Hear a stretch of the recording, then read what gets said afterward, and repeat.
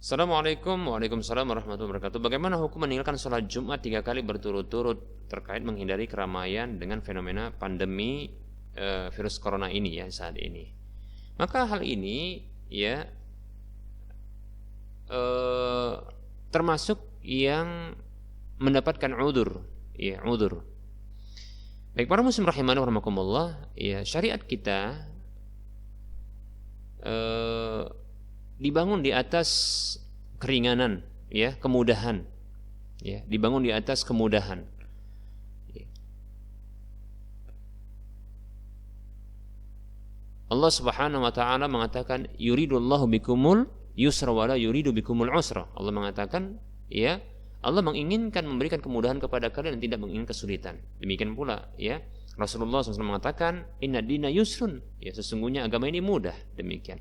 Di antara kemudahan yang diberikan oleh agama ini, ya syariat agama kita ini, adalah ketika ada penghalang syar'i untuk melakukan sebuah kewajiban, maka boleh bagi kita untuk meninggalkan kewajiban tersebut.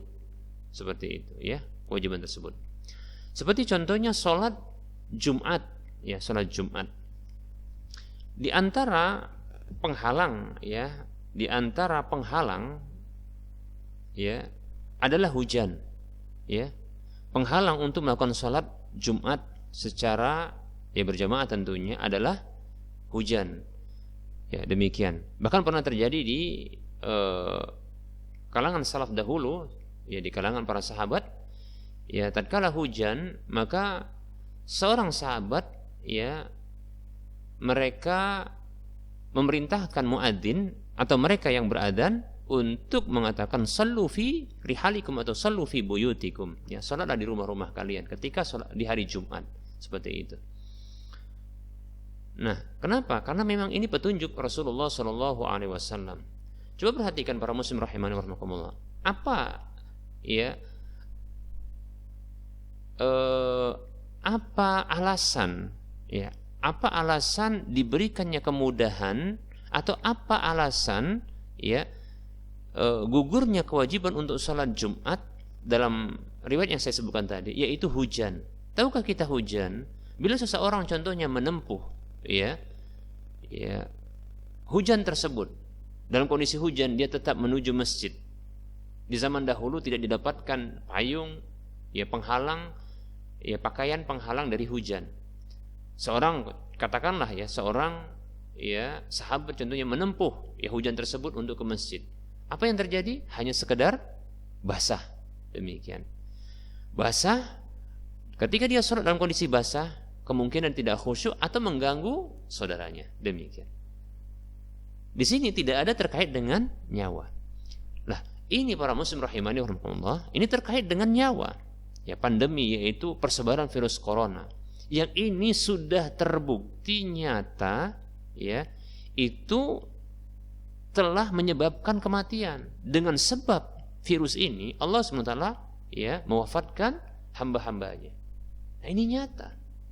Oleh karenanya, bila karena hujan saja, ya, maka ini bisa gugur kewajiban sholat Jumat, maka tentunya, ya, kekhawatiran kematian disebabkan, ya, tertularnya atau menular, ya, tertular atau menularkan dengan izin Allah, ya, virus ini pada dirinya atau kepada orang lain tentunya, ya, maka ini tentunya lebih utama untuk dijadikan alasan untuk dia, ya, digugurkan sholat Jumat dari dirinya, maka tidak masalah, ya. Adapun hadis yang mengatakan siapa saja yang meninggalkan sholat Jumat 3 kali berturut-turut, maka Allah Subhanahu wa taala akan, ya, menutup hatinya, mengunci hatinya. Demikian, ya, seperti Allah, ya, mengunci hati orang-orang kafir. Demikian. Maka kita katakan ini hadis yang sahih. Kita katakan ini dalam kondisi tidak ada penghalang syar'i. Namun ketika ada penghalang syar'i, maka ambil rukhsah tersebut, dispensasi tersebut. Demikian. Nah, adapun bagi kaum muslimin yang kita katakan tadi, ya, dalam kondisi memang wabah ini sedang apa? Sedang, ya, melanda.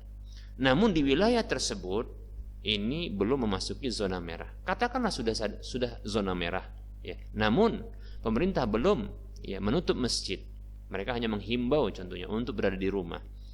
Lalu ada seseorang yang dia keluar untuk salat Jumat contohnya, karena dia memandang wajibnya salat Jumat, sembari dia meyakini bahwasanya belum ada ya instruksi, perintah dari penguasa, pemerintah kaum muslimin ya untuk menutup masjid atau memerintahkannya untuk salat Jumat di rumah atau melakukan salat zuhur sebagai pengganti dari salat Jumat tersebut. Lalu dia keluar salat berjamaah sembari dia mengikuti aturan-aturan pemerintah ketika keluar rumah atau aturan-aturan para medis dalam masalah ini ketika keluar rumah, ya maka wallahu ta'ala alam ini juga tidak boleh disalahkan. Sebagaimana seseorang tersebut yang meninggalkan salat Jumat dan mengganti dengan salat zuhur di rumah, ya walaupun sampai mungkin bukan hanya 3 kali berturut-turut, bahkan berterusan, ya karena wabah ini masih melanda demikian. Maka ketika dia memilih ya pendapat ini karena ada fatwa ya yang menyokong untuk pendapat ini, maka dia tidak dipersalahkan dan dia tidak berdosa karena dia mengambil dispensasi tersebut. Ya. Demikian pula tidak dipersalahkan ya seseorang yang dia keluar untuk sholat Jumat atau sholat berjamaah sembari dia ya mengikuti aturan-aturan pemerintah, aturan-aturan para medis ketika keluar rumah ya. Dengan sebab dia belum mendapatkan instruksi dari pemerintah untuk sholat di rumah. Demikian. Sholat wajib berjamaah di rumah. Dan dia juga belum mendapatkan ya instruksi untuk menutup contohnya masjid, mengosongkan masjid dari ibadah ya atau sholat fardu atau sholat Jumat. Ya, maka kita katakan orang ini juga dia tidak dipersalahkan karena dia mengambil ya al-azimah, yaitu kewajiban asalnya seperti itu. Wallahu ta'ala alam. Maka jangan saling mencela dalam hal ini. Yang tercela adalah orang yang tercela adalah dia tidak sholat sama sekali, baik itu di rumah atau di masjid, atau orang yang ketika pemerintah ya sudah menghimbaunya untuk tidak melakukan kumpul-kumpul, malah dia melakukan kumpul-kumpul ya, namun sholat berjamaah dia tidak ikut ngumpul ya, atau orang yang ketika pemerintah sudah memberlakukan ya lockdown masjid, menutup masjid dari ibadah sholat berjamaah, sholat fardu atau sholat Jumat, lalu dia keluar untuk sholat di sana, maka kita katakan ini orang yang keliru dan salah, dan sesungguhnya dia sedang menentang firman Allah Subhanahu wa taala, ya ayyuhalladzina amanu atiullaha wa atiur rasula wa ulil amri minkum. Wahai orang-orang beriman, taatilah Allah dan taatilah Rasul serta orang-orang yang memegang urusan ya di antara kalian, urusan orang banyak di antara kalian, yaitu para penguasa. Seperti itu para muslim rahimani wa rahimakumullah. Demikian wallahu ta'ala a'lam.